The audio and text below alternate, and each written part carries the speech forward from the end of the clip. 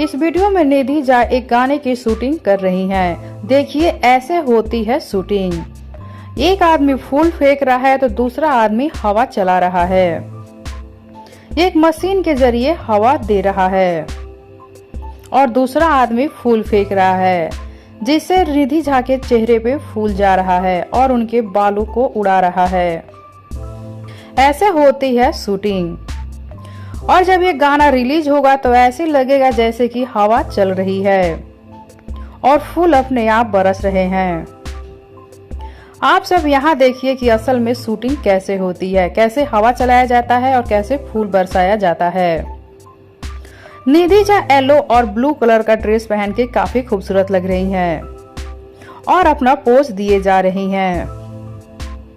इस वीडियो में निधि झा एक गाना शूट कर रही हैं। तो कैसा लगा आप सबको ये देख के कि असल गाने की शूटिंग कैसे होती है, कैसे हवा चलाया जाता है? बताइए हमें नीचे कमेंट बॉक्स में। साथ ही वीडियो को लाइक कर लीजिए, चैनल को सब्सक्राइब कर लीजिए। वीडियो पूरा देखे हैं, पसंद आया है तो इसे ज्यादा से ज्यादा शेयर कीजिए।